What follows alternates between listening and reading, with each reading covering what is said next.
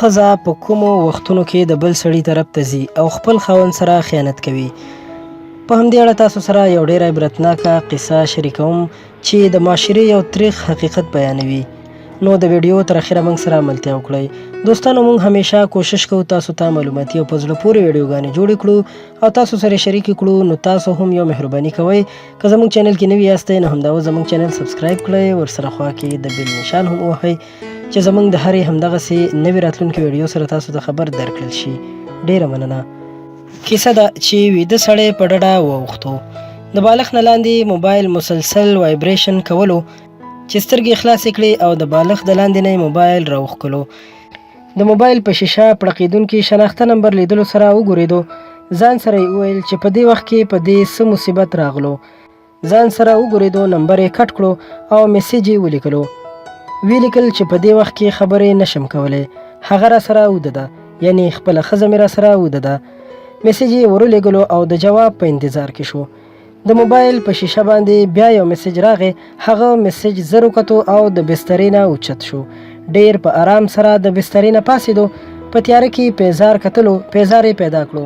دروازه یې په آرام سره خلاصه کړه. بهر ته ووتو. دروازې سره په کمره کې معمولي شانتې رڼا وه.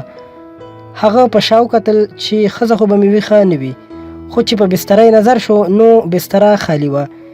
فکر کې شو چې ښځه مې په دا نیمه شپه چېرته لاړه. په دماغ کې ډېر سوچونه راتلل. د واشروم دروازه هم خلاصه وه.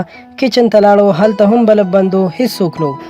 په 10 منټو کې هغه ټول کور ولټو، خو هېڅ پته ونه لګېده چې ښځه یې چېرته ده. اواز یې هم نشو کولی، ځکه چې خوا کې کمره کې مور ویده وه او وېرېدو چې هسې نه هغه پاسي. حیراني یودم په پریشانۍ بدله شوه. د هغه موبایل دوباره وایبریشن شروع کړو. زړه نا زړه یې د موبایل رینګ کټ کړو. دلته هلته یې کتل او د مور خبرې ذهن ته راغلې چې یو څو ورځې مخکې ورته ویلي وو چې زویه ستا د ښځې چال چلند راته نن سبا ښه نه ښکاري. د کمرې دروازه بنده کړي او په ګنټو ګنټو خبرې کوي. د نور هم شکي شو چې چېرته ښځه خو به مې په چت نه وي ختلې. په همدې سوچ کې چت ته وروختو. چت ته په ختو په اخري پوړو سره په غوږونو کې اواز ولګېدو او هلته ودرېدو. ښځې خبرې کولې او په موبایل یې یو سړي ته ویل زه د هغه برای نام ښځه یم، په ما کې هیڅ دلچسپي د هغه نشته. ښځې زیاته کړه په وړومبي ځل چې ما د هغه موبایل کې د پردۍ جینۍ غیر اخلاقي میسیج وکتلې نو ډېر مې وژړل، خو د ویرې نه مې هیڅ نشو ویلی، هسې نه طلاق رانه کړي. چې زه وده شم نو هغه په ګنټو ګنټو لګیا وي.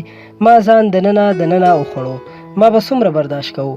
څوک خو داسې په کار و چې ما ته یې کتل چې کله نه ته زما ژوند ته راغلی نو داسې لګي چې څوک خو شته چې زما قدر وکړي. کله چې خفه یم تا ته کار وکړم نو د زړه نه مې لږ بوج کم شي. دا خبرې شروع وې. د هغه د برداشت نه خبره واوښته.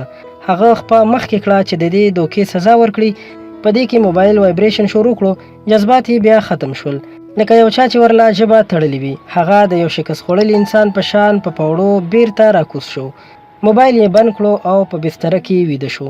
چې په کومه ګناه کې هغه خپله مبتلا و، د هغې سزا به یې بل چاله څنګه ورکړې وه. کله کله موږ دا هیر کو چې معمولي شان غلطي د لوی حادثې سبب کیږي. دوستانو، د دې کیسې مقصد دا دی چې نن سبا د موبایل د عیارانې هر خواته لکه د وایرسونو خورې شوي دي او د دې انجام ډیر بد وي.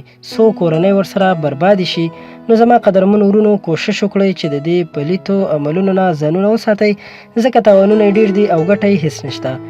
ډیره مننه کوم چې ویډیو مو را سره تر پایه وکتله. که غواړئ چې نور همدغسې ښایسته او معلوماتي او اصلاحي ویډیوګانې در سره شریکې کړو نو دا ویډیو ضرور لایک کړئ او زموږ چینل هم خامخا سبسکرایب کړئ. تر بلې ویډیو درنه اجازت غواړم. د الله په امان.